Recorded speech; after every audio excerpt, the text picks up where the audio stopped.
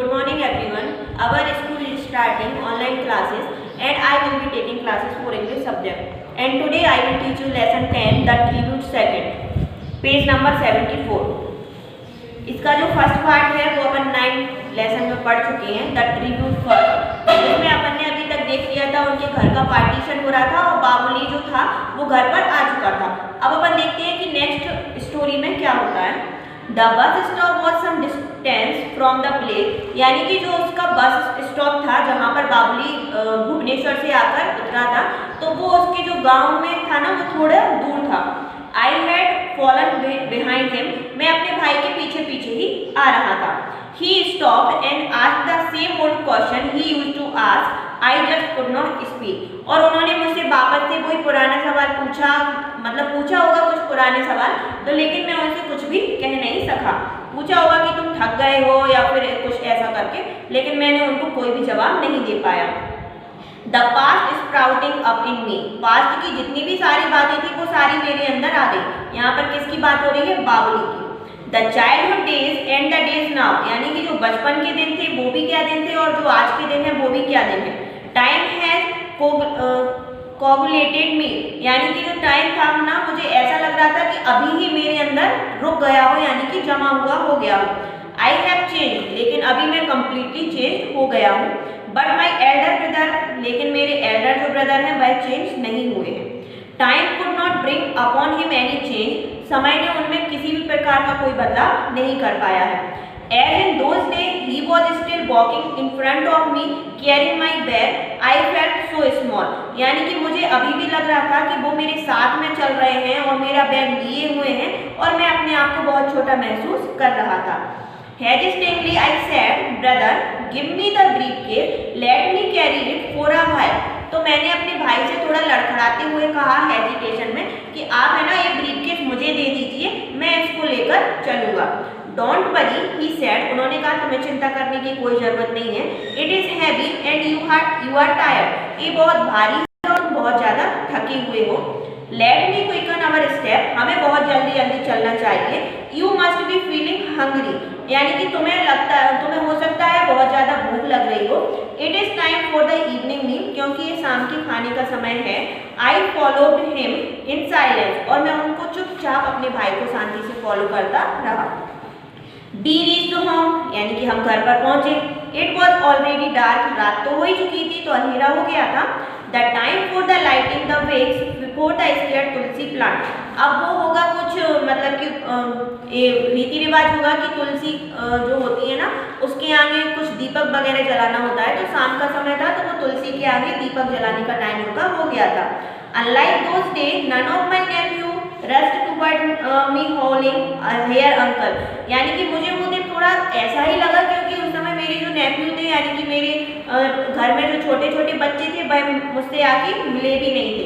My sister in law did not run from the kitchen to receive me, और मेरी sister in law थी यानी कि मेरे जो भाई की पत्नी थी वो भी मुझे रिसीव करने के लिए नहीं आई।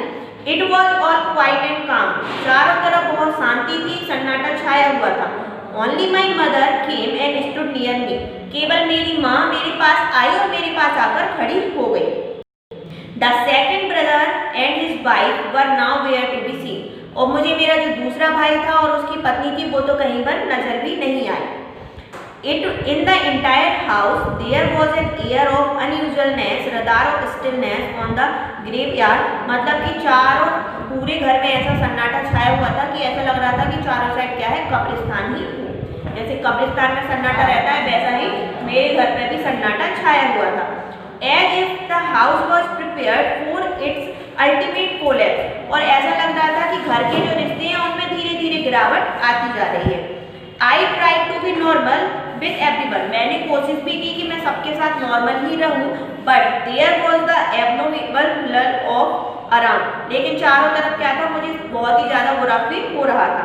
My second brother and his wife, in spite of their presence at home, showed no emotion, यानी कि मेरा जो दूसरा भाई था और उसकी पत्नी थी उसमें कोई भी इमोशन नहीं थे, यानी कि वो ऐसा लग रहा था कि जैसे मैं यहाँ पर आ गया हूँ तो उसका विरोध कर रही हूँ। They were all set for the partition and they cared for nothing else, यानी कि ऐसा लग रहा था कि सब कुछ सेट है कि क्या करने के लिए, डिवीजन, घर का बंटवारा करना था, यानी कि सभी लोग उसके लिए पहले से ही प्रिपरेशन थे। I could not sleep at night, मैं उस रात को सो नहीं सका, and the following morning pass quite uneventfully, और अगली सुबह भी ऐसे ही हो गई। इन द मिड डे, दोपहर के time, 7 or 8 people had gathered in our courtyard to supervision the division। अब दोपहर का टाइम था तो डिवीजन तो होना ही था, पार्टीशन, इसीलिए 7-8 लोग क्या थे हमारे आंगन में इकट्ठे हो गए थे कि वो देख सकते थे कि जो डिवीजन हो रहा है वो सही तरीके से हो रहा है या नहीं हो रहा है। We 3 brothers were present, हम तीनों भाई भी वहां पर थे। Mother was not be seen anywhere in the vicinity, और जो हमारी माँ थी वो हमें कहीं भी उस आंगन में या घर में कहीं भी हमें दिखाई नहीं दे रही थी।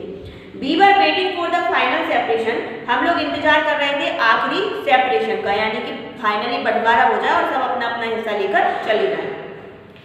As if ready to slice out of the flesh of the domestic body which our parents had nourished since the day of their marriage, and then we would run away in the 3 different directions, clutching a piece each। अब मतलब कि उन लोगों को ऐसा लग रहा था कि हाँ, वैसे बोल सकते हैं कि बॉडी का अगर एक एक टुकड़ा होके भी हम पार्टीशन कर लें तो सब, उनका जो दूसरा भाई था वो एकदम पार्टीशन के लिए, डिवाइडेशन के लिए बहुत ही ज़्यादा आतुर था। All the household articles were heaped in the family courtyard। अब घर का जितना भी सामान था, जितनी भी राशि थी, जितना भी सब लाके आंगन में इकट्ठा कर लिया।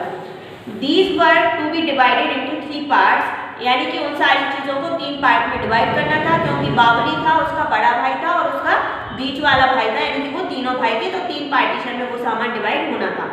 All the small things of the house, almost everywhere movable, starting from the ladles made out of the coconut shell and the bamboo of the little box where father used to keep the batter। यानी कि उनके घर की छोटी से छोटी चीज, यानी कि चम्मच से लेकर कोकोनट सेल ले लो, या फिर उनके पिताजी को पान खाने का वो था तो वो सारे बॉक्स ले लो, सारी चीजें बंटवारे के लिए रखी गई थी। The eggs and the old radio said to had been produced, a long list of the all item was made, यानी कि सारी चीजों की जो आइटम बंटवारा होना था उसकी लिस्ट बन चुकी थी। Nothing was spared, neither the dinky nor the little figure of the family idol। यानी कि इसके अलावा कोई भी चीज ऐसी नहीं बची थी जो घर के बंटवारे में यूज नहीं की गई हो, यानी कि सारी चीजें घर में थी, उन्होंने सब कुछ बंटवारे के लिए रख लिया था। I saw my elder brother rise, मैंने देखा कि मेरे जो बड़े भाई हैं वो खड़े हुए। He stopped for a moment near the pile of things and unfastened to strap of his wristwatch and placed it on the heap with the other things। मेरे बड़े भाई खड़े हुए, थोड़ी देर के लिए रुके और उन्होंने अपनी कलाई में जो रिस्ट वॉच पहने हुए थे उसको निकाल कर भी उन्होंने बंटवारे के लिए रख दिया। Perhaps a tear trickled down his cheek, with a heavy sigh he left the place। अब शायद ऐसा लग रहा था कि उनकी आंखों से आंसू निकल रहे हों और वो आंखों पर आंसू आते आते उनके गालों पर आ गए और उन्होंने बहुत गहरी गहरी सांसें वो लेने लगे। I had often heard him say that father had brought him the wristwatch when he was in the 11th class। मैंने अपने बड़े भाई से पहले सुन रखा था कि जो मेरे पापा थे जब मैं 11th क्लास में था तो उन्होंने मुझे वो रिस्ट वॉच ला के दी थी। But I also remember well, in my MA final year, he had mortgaged that was to send me money to go to Delhi for an interview। लेकिन आज भी मुझे याद है जब मेरा MA फाइनल कंप्लीट हो गया था और मुझे दिल्ली का जाना था, इंटरव्यू के लिए जाना था, तो मेरे भाई ने वो घड़ी जो थी वो गिरवी रखकर और उसके लिए मुझे पैसे भेजे थे। He had sent me an amount of 150 रुपये, यानी कि लगभग उन्होंने उनको 150 रुपये उस घड़ी को गिरवी रखकर भेजे थे। I remember clearly, no one knows whether the wristwatch could come back on to him or not। His action seemed symbolic of his snapping all his attachment with the past। यानी कि अब हमें बंटवारे में ना जाने किसके हिस्से में वो घड़ी आ जाए, तो अभी तो मुझे ये भी नहीं पता था कि वो घड़ी मेरे बड़े भाई को वापस मिल भी पाएगी या नहीं। तो ये सारी चीज़ें जो वहाँ पर हो रही थी उनके कारण मुझे बहुत ज़्यादा दुख हो रहा था और पास्ट की जितनी भी बातें थी वो मुझे सारी याद आ रही थी। I was silent, मैं चुप रहा। My elder sister in law was in the backyard, यानी कि जो मेरी भाभी थी वो बैकयार्ड में यानी कि आंगन में थी। My second brother was often whispering things into his bike and was there talking his place with us. अब जो मेरी सेकंड ब्रदर की बाइक थी वो अपने हस्बैंड के कानों में धीरे धीरे कुछ फुसफुसा रही थी, यानी कि हमें यहाँ से कौन कौन सी चीजें ले जानी चाहिए। It was like the butcher knife going to sharpen itself, और ऐसा लग रहा था कि बचर जो है वो अपनी जो चाकू की धार है वो धीरे धीरे बनाता जा रहा है। द एल्डर ब्रदर वॉज काम एंड कंपोज, लेकिन जो मेरे बड़े भाई थे वो बिल्कुल शांत थे। Like a perfect gentleman, he was looking at the proceeding dispassionately, exactly as he had done on the day on the scared thread ceremony of his son and on the day of my marriage. लेकिन जो मेरे बड़े भाई थे बहुत ही ज़्यादा gentleman, एकदम शांत लग रहे थे। और मुझे आज भी याद है जो मतलब कि उसके जो बेटा था मेरे बड़े भाई का, उनका कोई वो जनेऊ का प्रोग्राम होता था तो उन्होंने वो उसी दिन किया था जिस दिन मेरी मैरिज थी। It was the same preoccupied and grave manner, attending sincerely on his duty while discussing anything with my second brother.